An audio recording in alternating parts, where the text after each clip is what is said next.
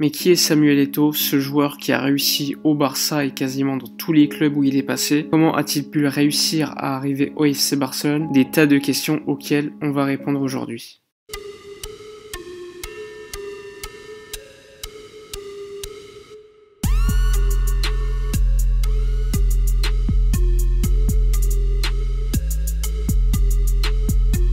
Avant de commencer la vidéo, je voulais vous présenter l'application OneFootball, l'application numéro 1 au niveau mondial pour suivre l'actualité du football. Donc l'application, comme vous le savez, elle est disponible sur l'App Store ou encore sur Android. Elle est évidemment gratuite. Si vous voulez la télécharger, eh bien le lien est dans la description de cette vidéo. Vous pouvez suivre l'actualité du FC Barcelone ou encore l'actualité de d'autres clubs européens, les transferts, les résultats des matchs, les classements des différents championnats. Donc si vous voulez suivre tout cela, je vous conseille de télécharger l'application et je vous en remercie d'avance. Peu s'en souviennent, mais Samuel Eto'o, lors de son arrivée en Europe, a été joueur du Real Madrid pendant un certain temps. Il a enchaîné les prêts, que ce soit à Leganés ou encore à l'Espagnol de Barcelone, sans grand succès. Il a même participé lors de la saison 1999 à quelques matchs avec l'équipe première du Real Madrid, qui ne comptait cependant pas sur lui. Dès lors, le Real Madrid a décidé de le prêter en 2000 à Majorque avec une option d'achat. Majorque achète alors 50% des droits de Samuel Eto'o pour 7,2 millions d'euros. Le Real Madrid conserve ainsi 50% des droits du joueur. Et dès sa première saison complète avec Majorque, le club finit 3e du championnat d'Espagne, juste derrière le Real Madrid et le Deportivo La Corogne.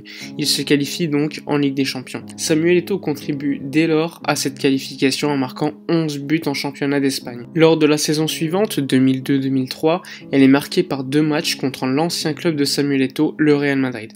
Majorque gagne 5-1 contre le club de la capitale en championnat avec un but et 2 passes décisives signées par le joueur camerounais.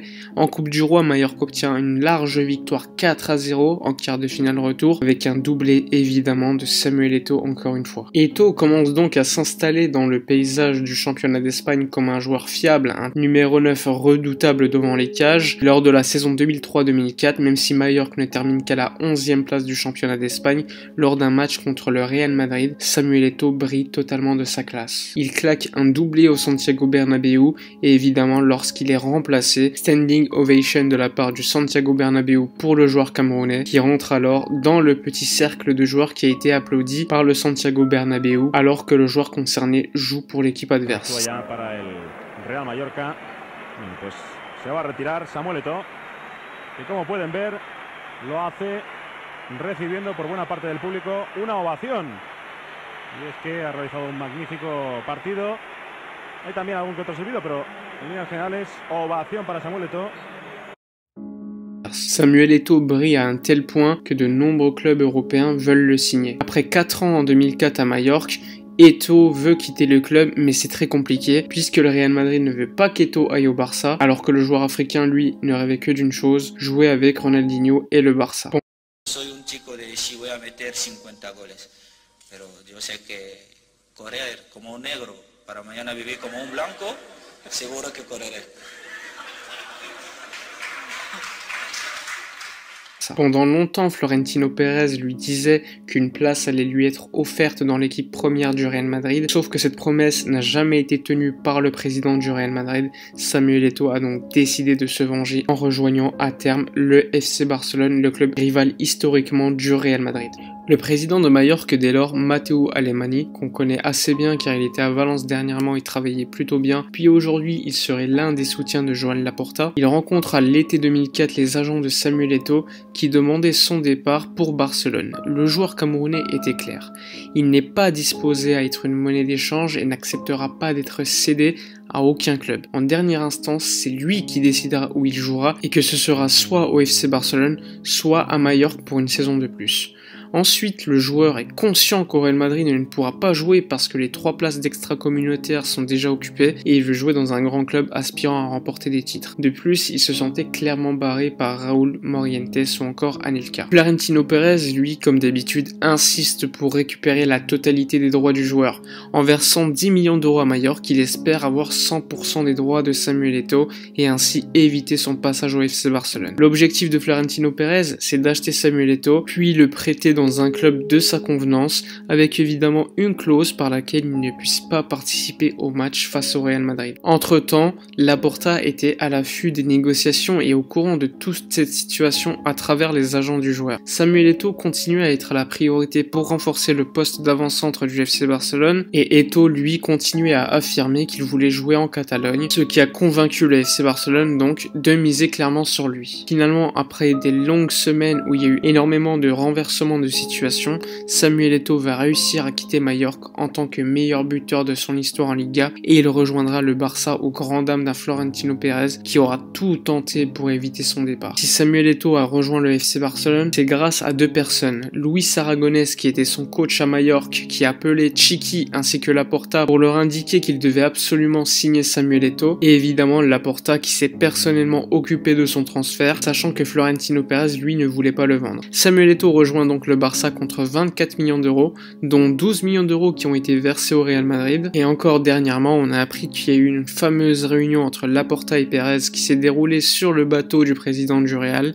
Laporta convainc Pérez à le laisser signer Samuel Eto'o. Des menaces auraient été proférées selon le joueur. Joan Laporta s'est presque battu littéralement pour avoir le joueur, et à la fin il a obtenu ce qu'il voulait. Samuel Eto'o expliquait avec une image que son histoire avec le Real Madrid c'était comme l'histoire d'un homme qui aime une femme qui lui tourne toujours le dos, et quand il décide de partir, la femme se rend compte de ce qu'elle a perdu et commence à le pourchasser. Eto'o au FC Barcelone devient l'un des meilleurs neufs du monde. C'est un joueur qui a été décisif lors de plusieurs finales de Ligue des Champions, que cela soit en 2006, que ce soit encore en 2009, où c'est lui qui marque encore une fois le premier but de la finale pour le Barça. Eto'o a toujours prouvé que c'était un excellent joueur, un joueur de haut niveau, de talent, de classe mondiale. Que cela soit avec sa sélection, où il a gagné une médaille d'or lors des Jeux Olympiques notamment, que ce soit avec le Barça, que ce soit à Majorque, que ce soit par la suite à l'Inter, Samuel Eto'o aura réussi son rêve, devenir l'un des meilleurs neufs du monde et l'une des légendes du FC Barcelone. Et ce, malgré les obstacles devant lui, que ce soit Pep Guardiola en 2008, lorsqu'il arrive, il compte pas sur Samuel Eto'o, mais Samuel Eto'o va le faire gagner, va être performant lors de toute la saison 2008-2009. Il partira la saison prochaine avec un triplé dans la poche, et après un départ encore une fois à l'Inter de Milan contre Zlatan Ibrahimovic et de l'argent, le joueur camerounais va encore prouver que c'est l'un ou le meilleur neuf du monde à l'époque. Il va gagner encore une fois un triplé avec l'Inter de Milan, et éliminera même le FC Barcelone lors d'une demi-finale au Camp Nou, devant un public médusé par cette élimination. Il continuera ensuite sa carrière dans d'autres clubs anglais,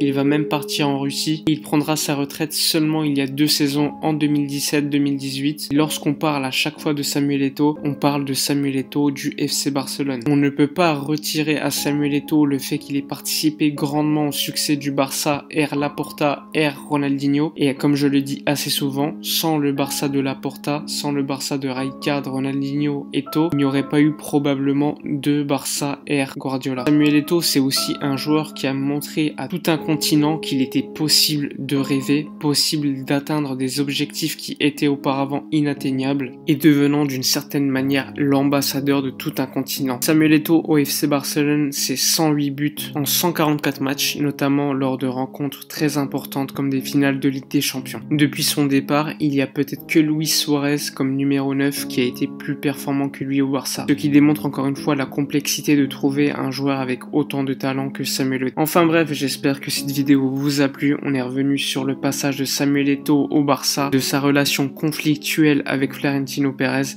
de son départ du Barça vers l'Inter de Milan et plein d'autres choses. J'espère que cette vidéo vous a plu. N'hésitez pas comme d'habitude à vous abonner à la chaîne, à liker, à partager. Si vous avez apprécié ce genre de format, n'hésitez pas à me le dire dans les commentaires, à donner vos idées sur tel sujet et je vous répondrai avec plaisir. En tout cas, je vous dis à la prochaine et d'ici là, comme d'habitude, portez-vous bien.